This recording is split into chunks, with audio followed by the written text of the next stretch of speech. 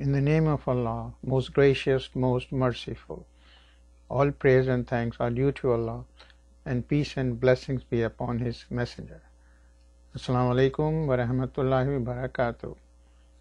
Some Muslims, due to lack of knowledge or because of their cultural practices or under pressure from their relatives, send the dead bodies of their loved ones to their homeland. However, this practice is against the Sunnah. A Prophet, peace be upon him, never moved a dead body from one location to another. He, peace be upon him, buried the person in the graveyard of the locality where the person died. He, peace be upon him, never transported the dead bodies to Mecca or Medina, even if the person or person passed away just a few miles away from these holy places.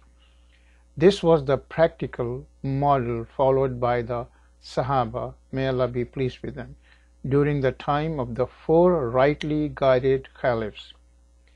There is not a single hadith, prophetic report, or a reported incident in which Prophet, peace be upon him, either allowed or approved transportation of a dead body from one location to another for any reason or purpose.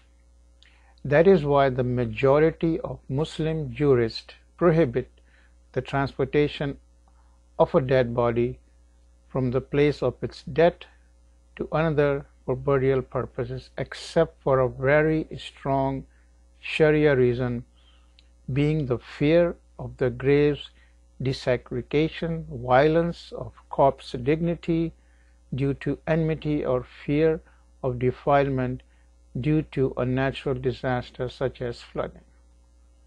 The majority of jurists have permitted transportation of corpse from one place to another, have allowed it only under stringent conditions. They have maintained it must be done for genuine Sharia reasons. They have also stipulated that transportation is permitted only if in the process the essence, construction, composition, and nature of the body is not changed. Honoring the dead body and its dignified burial is a fundamental Islamic obligation, and in no way or form is permitted any harm, disrespect, or damage to the natural composition and construction of the body before burial. This group of scholars argue that Sa'd bin Waqqas and Sa'id bin Zayd, may Allah be pleased with them, both died in Al-Aqiq, 10 miles away from Medina, and were transported to Medina for burial. This is reported by Imam Malik in his Hadith book Muwatta. Transportation of corpses from Al-Aqiq to Al-Madinah did neither cause much delay nor any change to composition of the dead bodies. On the other hand, modern-day international shipment of corpse does cause change in the composition and nature of the dead body. The international shipment of corpse requires body embalming. The embalming process entails at least 3 kinds of embalming. 1. Arterial embalming. This involves arterial injection of embalming fluids. The fluids are injected through an artery and the blood is drained through a vein. The embalming fluids penetrate all parts of the body, including the tissues, muscles, organs, and even the skin. The tubes are inserted through the artery and the vein so that each body vessel receives the tube to facilitate fluid injection and blood drainage. All the blood is drained into the gutter and replaced with embalming fluids. The embalmer injects almost 1 gallon of fluid for every 50 pounds of body weight. For example, a body of 200 pounds receives at least 4 gallons of embalming fluids. After completion of arterial injection and complete blood drainage, the arterial and jugular tubes are removed. The incisions are sutured, the vessels are tied closed and sealed with a special chemical. Number 2. Cavity embalming. The fluids inside the abdomen and thoracic cavities and organs are sucked through a suction machine. All the body organs are pierced and punctured to drain the fluids out of them through suction. Step number 3. Surface embalming. It applies embalming fluids to the skin and tissues to make them hard and protected from decomposition. The typical embalming fluid is made up of a mixture of formaldehyde, methanol, and other solvents including ethanol.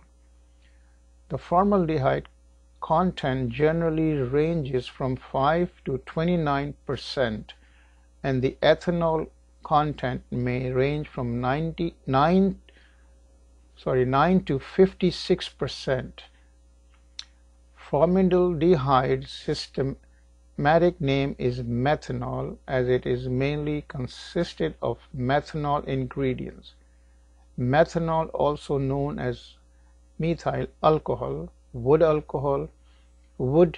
naphtha, or wood spirits, is the simplest alcohol and is a light, volatile, colorless, flammable liquid with a distinctive odor very similar to but slightly sweeter than that of ethanol, which is drinking alcohol. While ethanol, also called ethyl alcohol, pure alcohol, grain alcohol, or drinking alcohol, is a volatile, flammable, colorless liquid. A psychoactive drug and one of the oldest recreational drugs known. Ethanol produces a state known as alcohol intoxication when consumed, best known as the type of alcohol found in alcoholic beverages. It is also used in thermometers as a solvent and as a fuel. In common usage, it is often referred to simply as alcohol or spirits. Islamically, just the embalming process itself is extremely problematic.